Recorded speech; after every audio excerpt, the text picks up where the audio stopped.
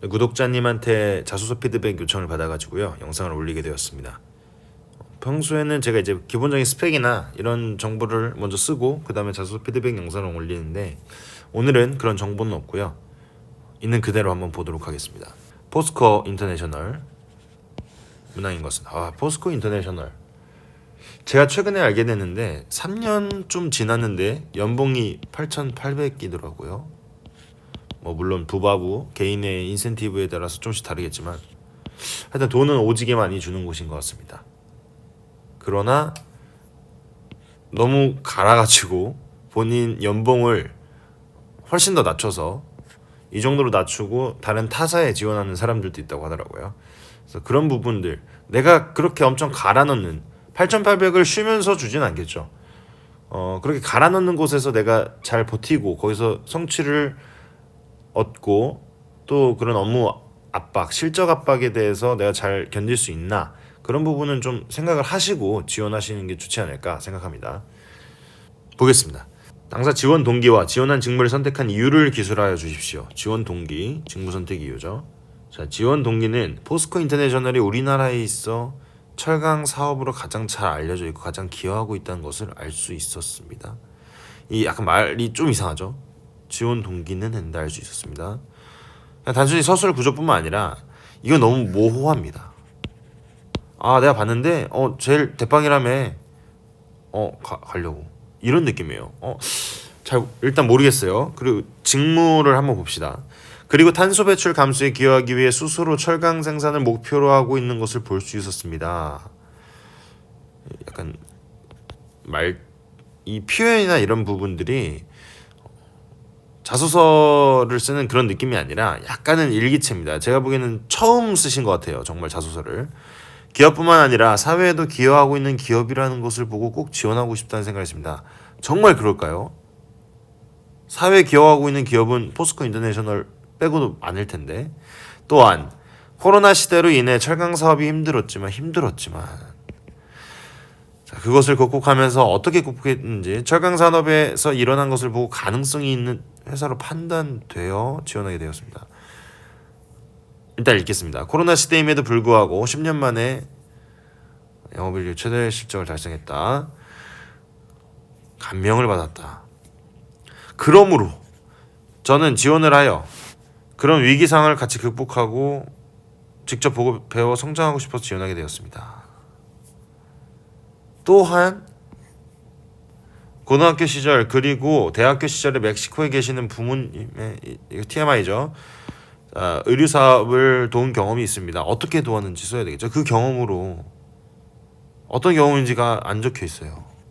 저의 스페인어와 영어가 강점이었기 때문에 문제가 일어나면 제가 직접 번역을 해주고 물류를 받아야 하는 상황에 기사님들이 파업을 한 결과 부모님 가게 사람들에게 문의하여 트럭 운전할 수 있는 사람을 구하여 트럭을 렌트해서 물류를 받아오게 한 경우 있습니다. 그러니까 무슨 느낌인지 알겠지만 너무 글이 장황합니다. 정리가 안 돼 있어요. 그 다음에 이러한 게 구체성이 좀 떨어진다는 겁니다. 그리고 이제 스페인어 영어가 강점이다. 사실 외국어를 잘할 수 있는 지원자들은 엄청 많죠. 더군다나 상사를 지원하는 지원자들의 경우에요. 그래서 과연 그리고 이게 정말 직무 선택 이유인가? 라는 그런 느낌이 좀 있습니다. 이게 해외 영업과 무슨 느낌이지?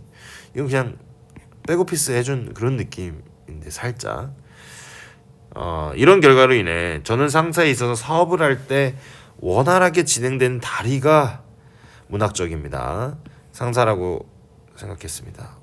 이런 결과로 어떻게 해서 상사에 있어서 사업을 할 때 다리가 상사라고 생각했습니다. 이것과 상사랑 무슨 연관이 있고 이게 왜 다리가 되는지 다리라는 표현도 사실 너무 문학적이기 때문에 좀 그렇습니다. 그리고 글로벌 마인드 함양이 정말 중요하다고 생각했습니다. 갑자기 이제 글로벌 마인드까지 나왔어요. 저는 멕시코에서 오래 유학을 하면서 외국인들을 대하는 것을 알았다는 이게 좀 서술이 안 되고 있어요. 이상합니다. 포스코 인터내셔널에서 저의 해결 능력과 도전적인 성향을 발휘해 철강 사업에 기여하고 싶습니다. 사실 무슨 느낌이냐면, 자, 첫 번째, 모호하고 추상적인 표현들이 너무 많습니다. 두 번째, 서술 이 수어나 이런 걸 풀어내실 때 좀 다듬으셔야 될 것 같아요. 나중에 다듬으실 때는요. 자, 세 번째, 지원 동기가 명확히 보이지 않습니다. 딱 이거 잠깐 보면 그래, 니네가 대빵이란 거 같아. 야, 니네 잘했어. 그래, 나도 잘할 거야. 나 스페인어 영어 좀 가지고 있는데, 야, 그리고 나 우리 부모님 이렇게 해서 도와줬어. 나 정말 도전 정신 있지? 상사 중요하다고 생각해. 근데 맞다. 나 글로벌 마인드 함양도 중요하다고 생각했는데. 그래서 얘기하다가 맞아. 탄소 배출. 그래, 나 그래서 철강 할게요. 철강으로 지원할래. 이런 느낌입니다. 그리고 이제 2000바이트죠. 2100. 이건 700자입니다. 이건 제가 보기에 700자를 이미 초과했을 겁니다. 그래서 제가 보기에는 제일 중요한 게 경험 정리를 하셔야 할 것 같습니다. 경험 정리를 전반적으로 하셔야 될 것 같습니다. 내가 어떠한 경험이 있었는지 그런 에피소드 식으로 엄청 많이 적어놓고, 그 다음에 일 경험이 중요할 것 같아요. 그냥 부모님이란 이런 표현도 안 쓰시면 됩니다. 그냥 의류 업체에서 뭐 일한 경험이 있다. 거기서 어떤 걸 맡은 경험이 있다. 뭐 어느 정도 일했다. 뭐 이런, 그러면서 구체적인 거 하나만. 제가 보기에는 좀 이것도 모호한 거죠. 번역을 해주고 파업을 해가지고 가게 사람들한테 문의해서 트럭 운전사 구해서 물류를 받아오게 한 거는 물론 문제 해결 능력이 있지만, 사실 이거는 뭐랄까, 내 직무를 표현하는 데 있어서 소재의 적절성에 대해서도 한번 생각을 해봐야 되지 않을까 싶습니다. 두 번째 보도록 하겠습니다. 본인을 대표할 수 있는 이력 3가지를 기술하여 주십시오. 영어 영문학과를 전공하면서 다른 사람들의 영어 실력을 넘어서지 못해도 영어로 되어 있는 책을 읽으면서 영어로 레포트를 많이 썼다. 저희 생각 영어로 정리하고 근거가 되는 자료를 보면서 논리를 키웠다. 다른 지원자들보다 영어로 글을 훨씬 더 많이 써왔을 것입니다. 약간 다른 지원자들을 이런 표현 전혀 쓰시면 안 됩니다. 제가 보기에는 이런 표현을 쓰면 이게 사고 치려나? 약간 그런 관심명사까지는 아니지만 약간 그런 거로 생각할 수도 있어요. 다른 지원자들을 약간 좀 더 깎아내리는 식의 말이고요. 전혀 필요가 없는 이야기입니다. 그 다음에 영어 영문학과를 전공해서 영어에 대해서 많이 봤다. 이것과 지금 해외 영업과 완벽한 연관성이 있을까요? 내가 물건을 잘 팔고 고객과 어떻게 딜을 하고 이런 부분이 그냥 내가 단순히 영어를 잘한다는 것만으로 가능할까요? 자, 우리나라 사람들 예를 들어볼게요.